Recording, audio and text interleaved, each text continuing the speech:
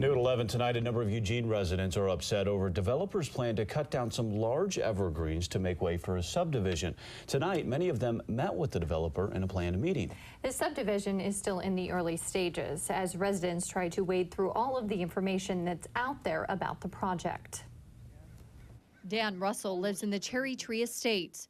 He says nature drew him to the area. I was so happy to come back to the trees of Oregon. But now his evergreen surroundings may be shrinking to make room for a subdivision. They're not just some of the trees. They're talking about taking down all of the trees.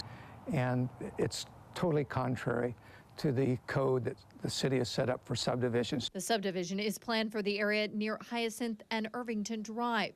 So Russell and many of his neighbors called this meeting Wednesday night to share concerns with the subdivision's developer, Bruce Wiechert. We're concerned that anything they do will drastically change the neighborhood. Wiechert told us he was there to listen to the neighbors, but he didn't want to go on camera with us. He did, however, respond to questions from the public. We have tried to take into account what we like to build as homes, a quality home on large lots.